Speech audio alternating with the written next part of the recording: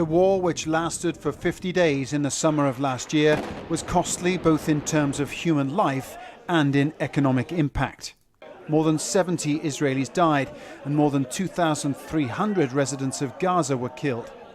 The structural damage in Gaza is estimated at nearly $8 billion, and Israel says the operation cost it $2.5 billion. But a year on, and the Israeli government insists the war was justified and successful. Hamas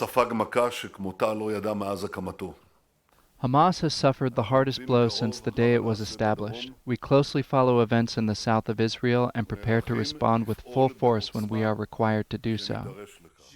Others, though, are not convinced that all of the ambitions for the war were successfully achieved. In a scathing editorial comment just this week, the left-leaning newspaper here, Haaretz, described Gaza as the forgotten war and assessed there had been negligible strategic gains. Sporadic rocket fire, it said, had resumed from the Gaza Strip, as had retaliatory Israeli airstrikes. Lessons had not been learned, victims had been forgotten. Israel says it had two main goals for what it called Operation Protective Edge. First was to stop the rockets which were being fired into Israel by armed groups in Gaza. The second aim was to destroy Gaza's network of tunnels. Dr. Ephraim Kam is a retired Israeli colonel, now a military analyst. He believes the aims were largely achieved, but at the expense of damaging headlines and international criticism. It did cause a damage. We don't like this image of Israel as a war, as trying to kill civilians, innocent civilians. Many civilians were killed without any doubt.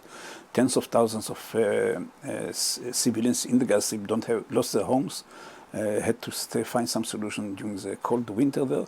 Until now, only few houses were rebuilt. It is a major problem. We don't like it, we don't want it, but we had no other choice.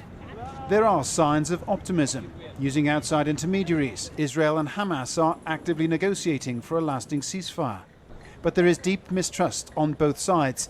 And less than 12 months after the Israeli forces withdrew, it's perhaps still too soon for objective assessment of the long-term impact of the war. Paul Brennan, Al Jazeera, Jerusalem.